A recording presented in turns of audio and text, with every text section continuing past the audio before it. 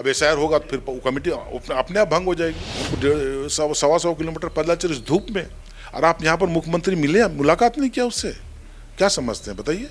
तो ये तो ऐसा स्थिति अगर होगी तो मजबूर होकर आंदोलन करना पड़ेगा।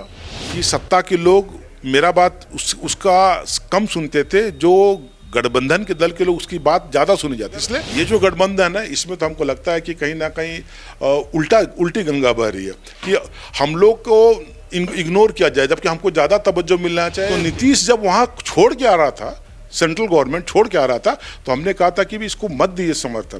तो हम लोग को बोला कि अरे लालू जी को बोलता है ये मेरी लाश पर बनेगा, उसको काट देंगे, हम लोग देख लिए बहुत, समझे ना। ये अभी है जिंदा हमारे सूरज मंडल जी, वो भी थी, और शिबू सोरेन जी, उसके घर में हम लोग बातचीत की थी। तो लगता था हम लोग बच्चे हैं, हम लोग बोला आंकड़ा बताए, देखिए ना कैसे दे देगा ये, नीतीश कभी नहीं देगा। मान लिया 28 रखेगा, 29 रखेगा, बाकी वही ना सरप्लस है, उसी के मालिक हैं आप, है ना, दूसरे का तो मालिक नहीं। आप कैसे दे दीजिएगा 2 सीट, आपकी ताकत नहीं है देने की, आपको हमसे समर्थन लेना ही पड़ेगा। जबकि बीजेपी कहीं रास्ता मैंने रेस में नहीं है, मगर इनकी नादानी के चलते कहीं बीजेपी जीतने जाए। बंगाल चुनाव में बीजेपी की जीत से ज्यादा चर्चा झारखंड में कांग्रेस के अंदर कलह की हुई है। जिस तरीके से कमेटी विस्तार के बाद पार्टी के सीनियर नेताओं ने कमेटी पर सवाल खड़े किए, उससे ऐसा लगने लगा है कि कांग्रेस पार्टी 2 फाड़ में बंटती हुई नजर आ रही है।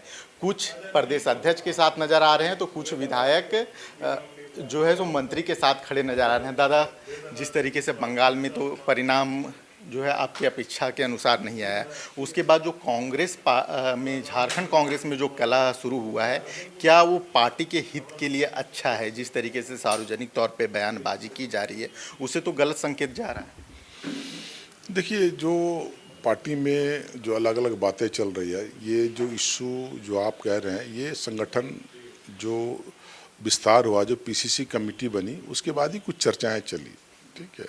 तो हमको लगता है कि अब अलग अलग लोग हैं, अलग अलग तरह की बातें, कहीं थोड़ा हमारे मंत्री जी कुछ बात किए हैं, कुछ मुद्दा उठाए हैं, कुछ हमारे सांसद महोदय भी कुछ बात उठाए। तो हमको लगता है कि कोई भी कमेटी बनती है, बड़ी स्वाभाविक है कि कोई भी बनाए, कोई बैलेंस पूरा कमेटी नहीं बन सकती, कुछ ना कुछ ऊपर नीचे होता ही है, ठीक है। और हमको लगता है अभी कमेटी बनी है, कुछ आवाज़ आ रहा है, और हमारे प्रभारी बड़ी आश्वस्त किया है कि कुशन रखा गया है। और जब कुछ जो लोग छूट गए हैं या जो एकदम जरूरी है, जिसको जो छूट गए, उनको कहीं ना कहीं एडजस्टमेंट होगा। और हमको लगता है कि इसमें जहाँ संगठन की जहाँ तक बात है, हमको लगता है कि उसमें कहीं घबराने की बात नहीं है। जो लोग सही में जो छूटे हैं, और जैसे मैंने एक उदाहरण दिया था चतरा के अध्यक्ष, जिला अध्यक्ष, वो छूट गए, उनका ही एडजस्टमेंट नहीं है, तो एकदम गलत है, इसको करना चाहिए। हो सकता है किसी कारण से छूट गए हो, हमको ऐसे जो केसेस होंगे निश्चित रूप से हमको लगता है उसको एडजस्ट किया जाएगा। और हमको लगता है प्रभारी जी को अपडेट है, प्रभारी जी, और वो पूरी तरह से तैयार भी है। ऐसा कुछ होगा तो कुछ लोग जो छूटेंगे उसको हम लोग आने वाले समय में एडजस्ट कर लेंगे। दादा, जो आप ये बात बोल रहे हैं, ऐसे जंबो जेट कमेटी की बात हो रही कि इतनी बड़ी कमेटी क्या जरूरी थी बनानी?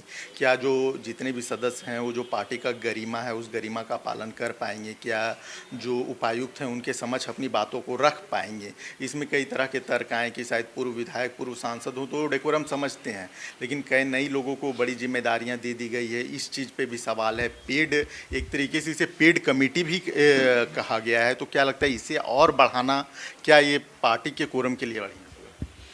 नहीं, देखिए, पहली बात है कमेटी तो बहुत बड़ी नहीं, ठीक है। जो कमेटी है ना, मेन कमेटी जिसको कहा जाता है, वो कमेटी जम्बो जेट नहीं है, कमेटी बड़ी बैलेंस है, छोटी कमेटी है। हाँ, उसके साथ में और कुछ कमेटियाँ, सब कमेटियाँ बनाई गई, जैसे एसआईआर की बात कर ले, या फिर कैंपेन कमेटी है, तो ये सब भी अभी से बना दिया गया है, ठीक है। जबकि होता है कि जब कैंपेन कमेटी, जब इलेक्शन आती है तब कमेटी बनती है, सब कमेटी। तो हमको लगता है कि सबको एडजस्ट करने के लिए बना दिया गया। तो हमको लगता है जम्बो जेट कमेटी उसको मत बोलिए, कमेटी बैलेंस है, और बाकी जो लोग हैं उसको अलग अलग जिम्मेदारी दी गई। जो आने वाले समझे एसआईआर की बात है, होने वाला, अब एसआईआर होगा तो फिर वो कमेटी अपने आप भंग हो जाएगी। तो इसलिए उसको देखते हुए सब बना दिया गया ताकि सब लोगों का एडजस्टमेंट हो जाए। जेटेट भाषा विवाद को लेकर मंत्री राधाकृष्ण किशोर भी पार्टी का पक्ष जानना चाहते हैं। आप अध्यक्ष पद पे रहे हैं, आपने लंबी जिम्मेदारी संभाली है, आप कांग्रेस के बड़े नेता भी हैं, तो जेटेट भाषा विवाद को लेकर आपका पक्ष क्या है? क्या भोजपुरी, मगही, अंगिका जैसे भाषाओं को जेटेट परीक्षा में शामिल किया जाना चाहिए? देखिए मेरा अपना विचार यहाँ कोई माने नहीं रखता, ठीक है। पहली बात है, जो हमारे मंत्री जी ने ये बात उठाई है, तो हम तो पहले ये कहना चाहें कि कैबिनेट में निर्णय हुआ। जब कैबिनेट में निर्णय हुआ तो कुछ भाषाओं को एक्सक्लूड कर दिया, ठीक है। बोले कि यही भाषा का एग्ज़ाम होगा, इसको इंक्लूड किया गया। तो भाई जब मंत्री हैं आप, कैबिनेट में ये निर्णय हुआ, तो बात वहाँ उठानी चाहिए कि नहीं चाहिए? तो आपकी जिम्मेदारी थी, आप वहाँ नहीं उठाए, वहाँ नहीं थे, एब्सेंट थे वहाँ पर, नहीं उठाए आप। और आपको तो ऐसा नहीं है कि अचानक दे दिया जाए, तो उसका एजेंडा आपको पता था, तो आपको तो वहाँ पर आना चाहिए, नहीं तो अपनी बात को ताकत के साथ रखना चाहिए था। अब वहाँ नहीं रख के आप चिट्ठी लिख रहे हैं, तो ये तो हमको लगा चिट्ठी लिखने से क्या होगा।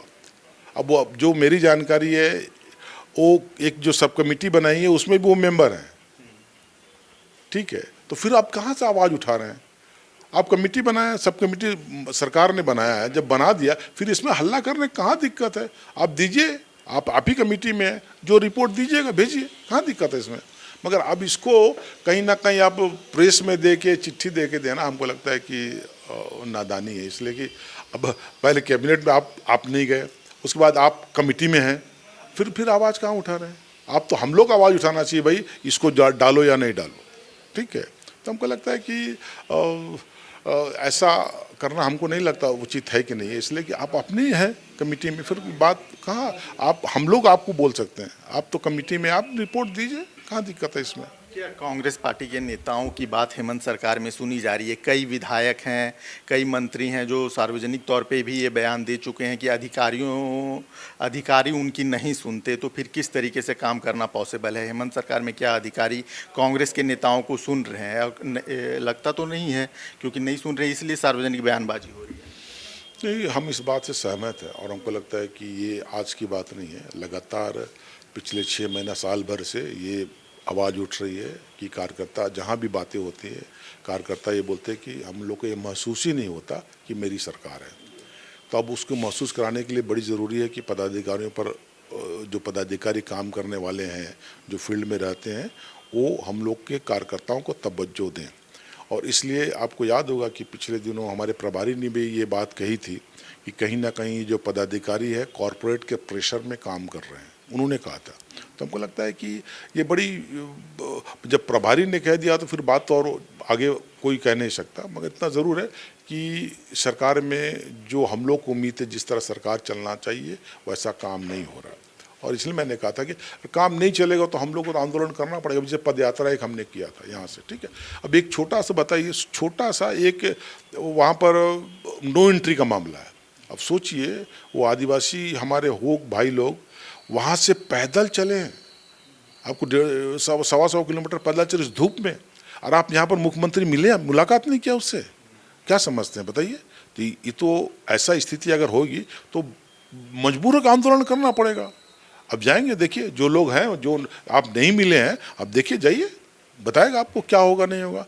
इसलिए जनता की जो आवाज़ है सुनना चाहिए।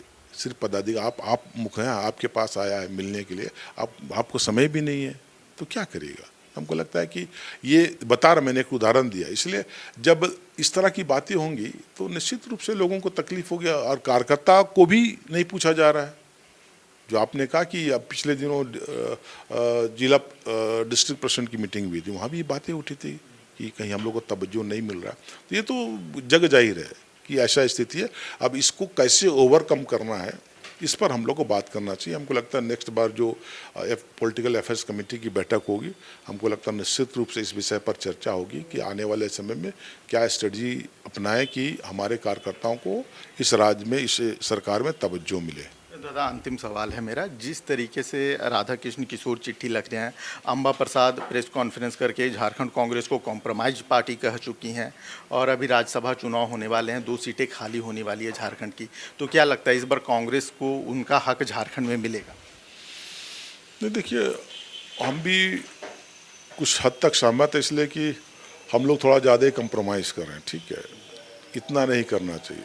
देखिए, ये तो मेरा एक्सपीरियंस है, ये पहला बार झारखंड में हो रहा है कि जो गठबंधन की दल है ना, तो ये जो जिसकी सरकार होती है, कथाकथित जिसका मुख्यमंत्री होता है, उसकी बड़ी जिम्मेदारी होती है कि जो दूसरे दल के लोग हैं उसको साथ में लेके चलना।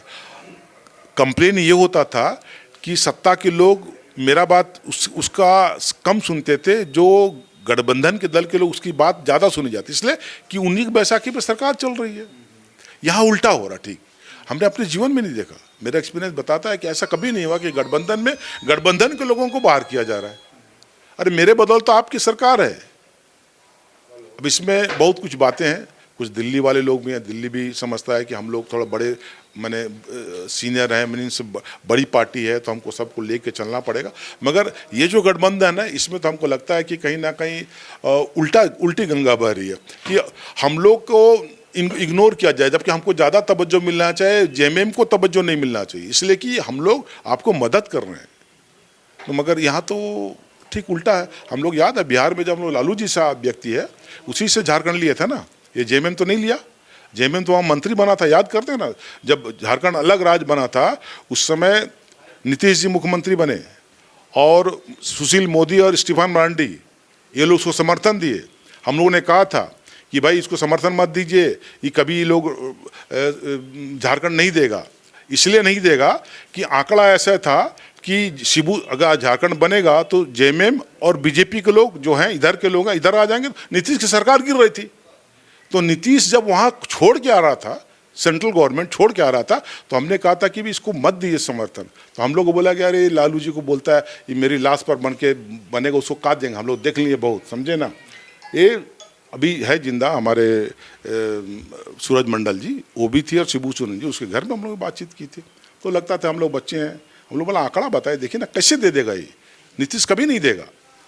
तो बता लालू जी, तो लालू जी के साथ आप ही लोग थे और हम लोग ने एक बार समर्थन किया, वही लालू जी जो बोलता था मेरी लाश पर बनेगा, उसी से झारखंड हम लोग लिए। ये जेएमएम नहीं लिया झारखंड, आंदोलन जरूर किया, मगर जब लेने की बात होगी, हमने किताब लिखा है, इस पर पूरा डिटेल आएगा, पूरा आंकड़े बताए हमने कि जेएमएम तो उस समय सरकार में था उसका, देख लीजिए हिस्ट्री बता रहा क्या, आपका रिकॉर्ड में है। तो 3 मंत्री थे वो लोग, उसके बाद 9 दिन के बाद सरकार वो फ्लोर में टेस्ट हुआ, हार गया नीतीश। तो आपकी मंशा तो पता है ना, अगर सरकार अब झारखंड अगला राज्य लेना था आपको तो उस समय कभी भी नीतीश को समर्थन नहीं करना चाहिए था आपको। राज्यसभा चुनाव में कांग्रेस, इसलिए मैंने कहा था कि ये जो बोल रहे ना कि सरकार गठबंधन की बात जो हम लोग कह रहे थे ना, तो इसलिए वैसे आप हम लोग दबाव दे के लिए ना आखिर झारखंड। अब बताइए राज्यसभा चुनाव में क्या कांग्रेस इस बार एक सीट के लिए फाइट करे? देखिए ये तो स्वाभाविक है, इसलिए कि अभी कुछ बातें हो रही थी कि वो ऐसा है वैसा है, ठीक है, मगर हमने बड़ी फीड कर दिया है कि पिछले 6 साल से जब एक सीट मिलती थी तो 6 सीट वो लोग झारखंड मुक्ति मोर्चा चुनाव लड़ा है। पहला बार शिबू सोरेन, उसके बाद महुआ माझी, और महुआ माझी के समय याद होगा कि इन लोग ने जाके हेमंत जी ने हमारे सोनिया जी से बातचीत करने के बाद आके यहाँ अपना कैंडिडेट डिक्लेयर कर दिया। फिर हमारे पार्टी ने कहा चलो हम लोग, मैंने कहा राष्ट्रीय दल है, थोड़ा चुप हो गए। उसके बाद फिर सरफराज जी बन गए। तो भाई आप 3 बार में एक बार ही हमको नहीं दिए, हम लोग गठबंधन में थे ना, एक बार आप नहीं दिए, आप यहाँ पर राज कर रहे हैं तो सेंट्रल तो हमको छोड़ दिए। और आज जब की बात है जब 2 सीट ले सकते हैं हम लोग, ऐसी परिस्थिति में आपकी ताकत नहीं है 2 सीट जिताने की, इसलिए कि मेरे बिना आप नहीं लड़ सकते हैं। आपके पास 5 सरप्लस है सिर्फ ना, 5 सरप्लस आपके पास बचा हुआ, तो आप तो मान लिया 28 रखिएगा, 29 रखिएगा, बाकी वही ना सरप्लस है, उसी के मालिक हैं आप, है ना, दूसरे का तो मालिक नहीं। आप कैसे दे दीजिएगा 2 सीट? आपकी ताकत नहीं है देने की, आपको हमसे समर्थन लेना ही पड़ेगा, आप अपने नहीं कर सकते हैं। अगर आपकी मंशा ठीक है तो बातचीत करके ऐसा उपाय करना चाहिए कि दोनों के दोनों सीट जीते हम लोग, और नहीं तो अगर उसकी नादानी से कहीं ना कहीं देखिएगा बीजेपी कहीं नहीं जीत जाए, जबकि बीजेपी कहीं रास्ता मैंने रेस में नहीं है, मगर इनकी नादानी के चलते कहीं बीजेपी जीतने जाए, इसका आशंका हमको ज़्यादा है।